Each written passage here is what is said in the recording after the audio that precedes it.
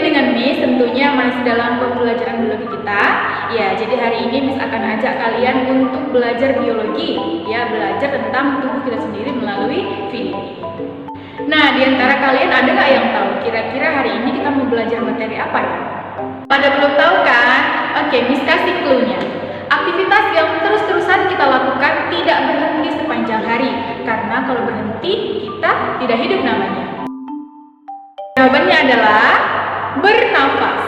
Ya, hari ini kita akan bahas materi baru kita, yaitu tentang sistem respirasi atau pernapasan pada manusia.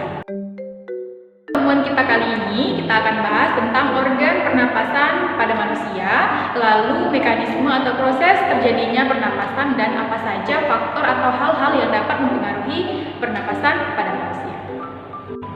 Sebelum masuk ke inti materi, coba kalian ingat dulu, pernahkah kalian tersedak saat makan? Atau pada masa COVID sekarang ini ya, pandemi sekarang ini, kalian tahu nggak bagian tubuh mana yang diserang oleh COVID-19?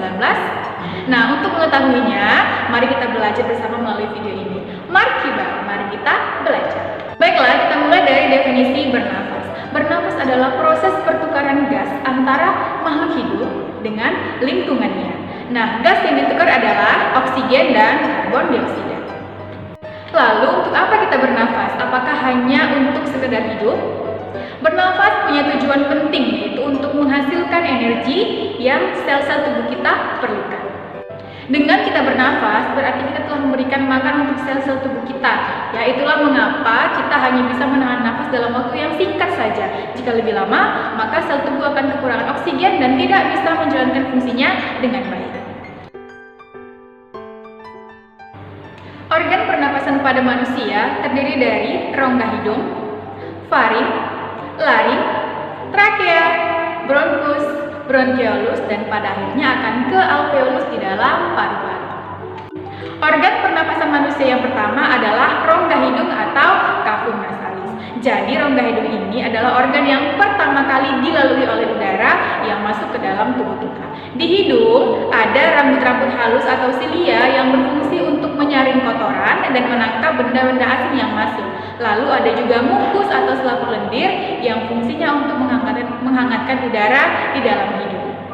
Nah, sekarang coba cek hidung kalian masing-masing. Selain ada rambut-rambut halus dan mukus, apalagi yang ada? Ya, terkadang juga ada upil. Nah, apakah upil ini bagian dari hidung kita? Tidak ya, upil itu adalah kotoran. Dari mana datangnya, Miss?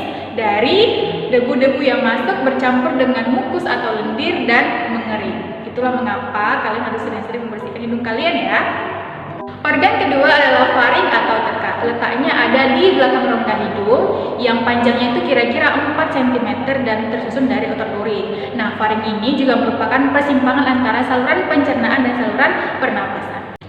Nah, selanjutnya adalah laring atau pangkal tenggorokan. Letaknya ada di depan faring. Pada laring terdapat epiglotis atau klep ya yang terbuka dan tertutup yang fungsinya itu sebagai kendali agar kalian tidak tersedak saat makan. Ya, agar makanan kalian itu tidak akan masuk ke saluran pernapasan. Nah, pada laring juga terdapat pita suara. Selanjutnya ada trakea atau batang tenggorokan. Jadi trakea ini bentuknya seperti pipa dengan panjang 8-10 cm ya. Sebagian terletak di leher dan sebagian ada di rongga dada. Ada bronkus atau cabang batang tenggorokan. Ya, jadi bronkus ini adalah percabangan ke kiri dan ke kanannya dari trakea. Nah, bronkus sebelah kanan itu lebih besar dan pendek daripada yang sebelah kiri. Bronkus sebelah kanan akan masuk ke paru-paru yang sebelah kanan juga, dan bronkus yang kiri akan masuk ke paru-paru yang bagian kiri tentunya. Nah, dalam paru-paru, bronkus akan terus membentuk saluran yang pendek dan sempit dan banyak cabangnya hingga membentuk bronkiolus. Organ selanjutnya adalah bronkiolus. Seperti yang Miss bilang tadi, bronkiolus adalah percabangan-percabangan dari bronkus ya, banyak sekali percabangannya.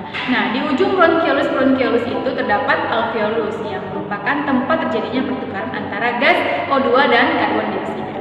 Bisa kalian lihat di sini ada model dari paru-paru manusia. Untuk informasi ya, sebelah dari paru-paru manusia itu mengandung kurang lebih 300 juta alveolus dengan luas permukaan yang sangat lebar, kira-kira 160 meter persegi, setara dengan 1 kali luas lapangan tenis atau 100 kali luas kulit manusia. Paru-paru atau pulmo ini dibungkus oleh selaput yang namanya itu pleura ya, terbagi dua, yaitu pleura visceral yang membungkus bagian dalam dan pleura parietal yang membungkus bagian luar.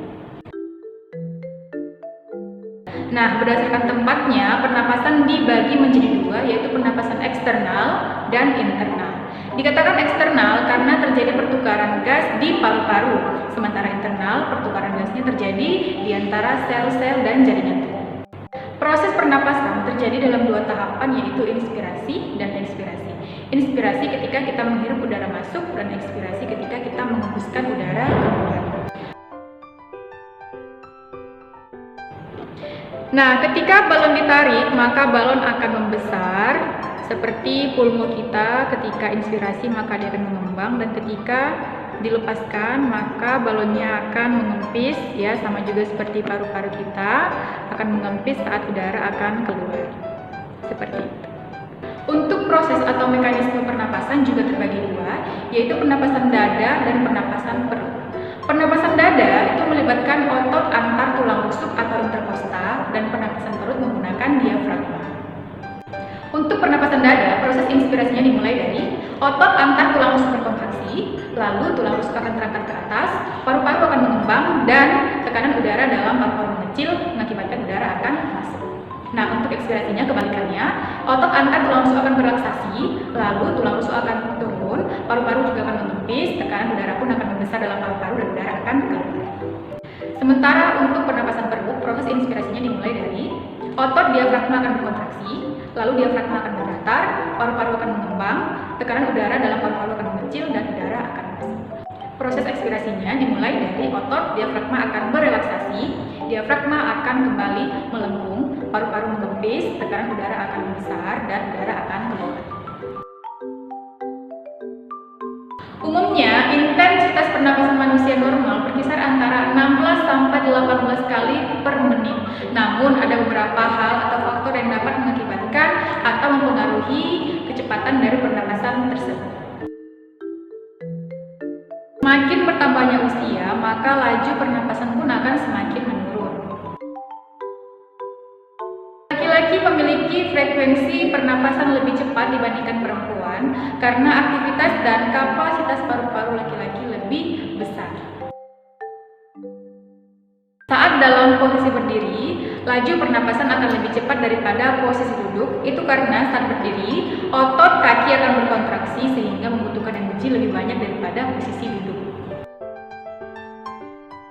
Tentunya, semakin banyak aktivitas, maka akan semakin cepat pula frekuensi pernapasannya karena banyak energi yang dibutuhkan oleh tubuh.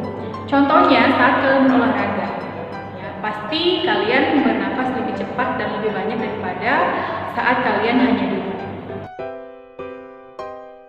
Semakin tinggi tempat, maka oksigen yang tersedia pun akan semakin sedikit, maka dari itu laju pernapasan pun akan lebih cepat.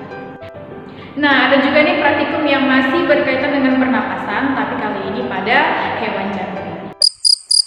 Jadi di praktikum ini kita akan melihat kecepatan dari pernapasan jangkrik dengan alat bahan sebagai berikut.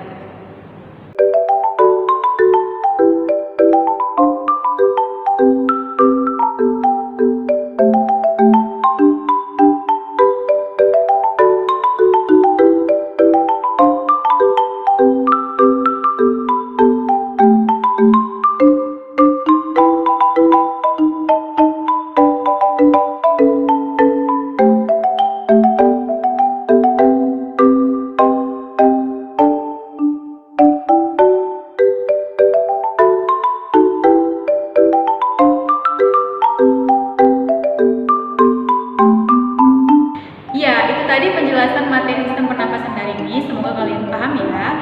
Ya, kita bertemu lagi di materi selanjutnya yang akan datang. See you!